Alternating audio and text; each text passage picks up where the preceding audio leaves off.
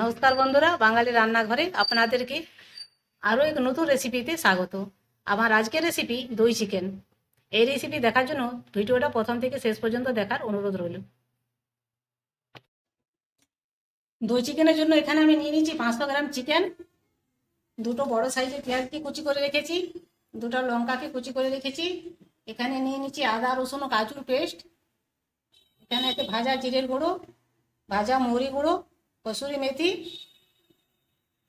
সামান্য নুন, সামান্য হলুদ গুঁড়ো, সামান্য গোলমরিচের গুঁড়ো, আর নিয়ে নিয়েছি 50 গ্রাম টক দই। হলুদ গুঁড়ো, নুন আর গোলমরিচের গুঁড়ো দিয়ে মাংসটা আমি ম্যারিনেট করে নেব।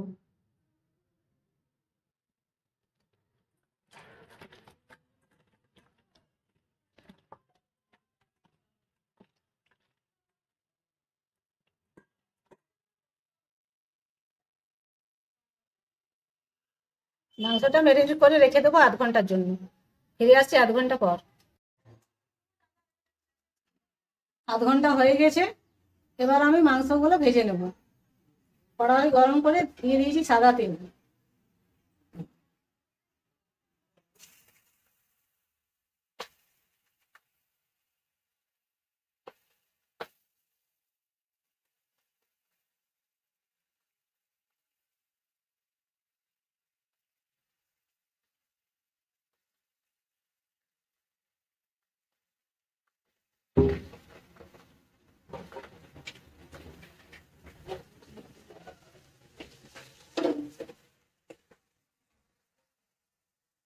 মাংসটা এমন ভাবে ভাজতে হবে যাতে 80% মতো সেদ্ধ হয়ে যায়। মাংসগুলো বেশ ভালোভাবে ভাজা হয়ে গেছে, এবার আমি তেল থেকে তুলে নেব।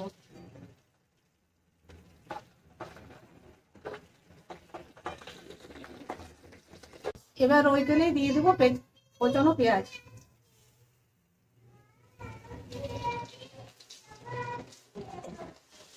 পেঁয়াজটা আমি বেশ ভালোভাবে ভেজে নেব।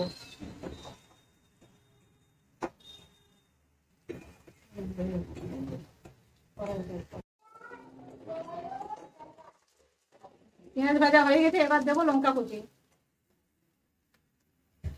কাঁচা লঙ্কাটা ভেজে নিয়েছি, এবার দিয়ে দেবো আদা রসুন ও কাজুর পেস্ট।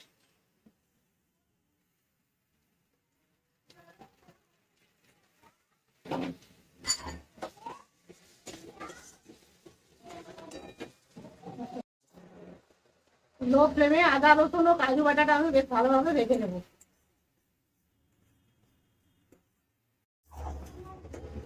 লো ফ্লেমে আদা রসুন ও কাজুর পেস্টটা আমি ভালোভাবে ভেজে নিয়েছি।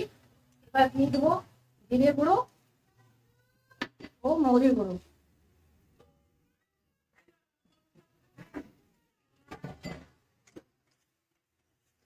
একটু বেশ নাড়াচাড়া করে দিয়ে দেবো ভেজে রাখা মাংস।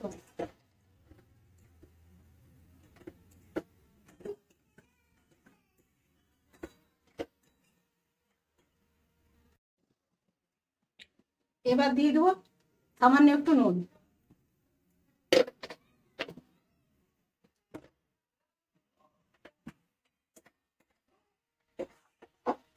নেড়ে চেড়ে মিশিয়ে দেবো। এবার নাড়াচাড়া না করে রেখে দেবো 3 থেকে 4 মিনিট।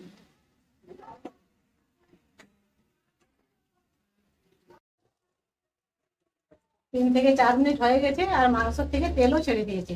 এবার দিয়ে দেবো টক দই।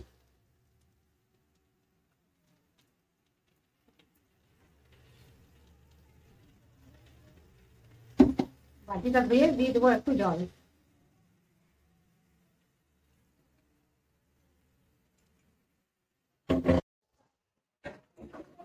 নেড়ে চেড়ে বেশ ভালোভাবে মিশিয়ে নেব।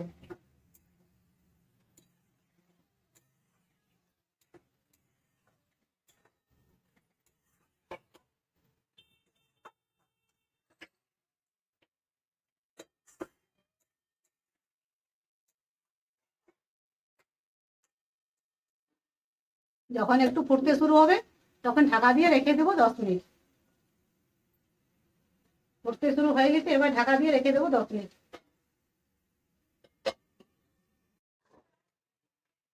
10 মিনিট হয়ে গেছে, এবার ঢাকা খুলে উপর থেকে দিয়ে দেবো কসুরি মেথি।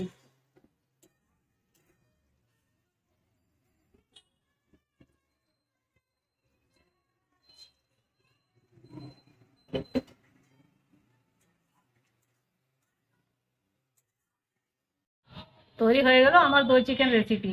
এই দই চিকেন ভাত, রুটি, রুমালি রুটি যে কোনোর সাথে খেতে দুর্দান্ত লাগে। দেখা হবে পরের ভিডিওতে। ভালো থাকবেন, সুস্থ থাকবেন।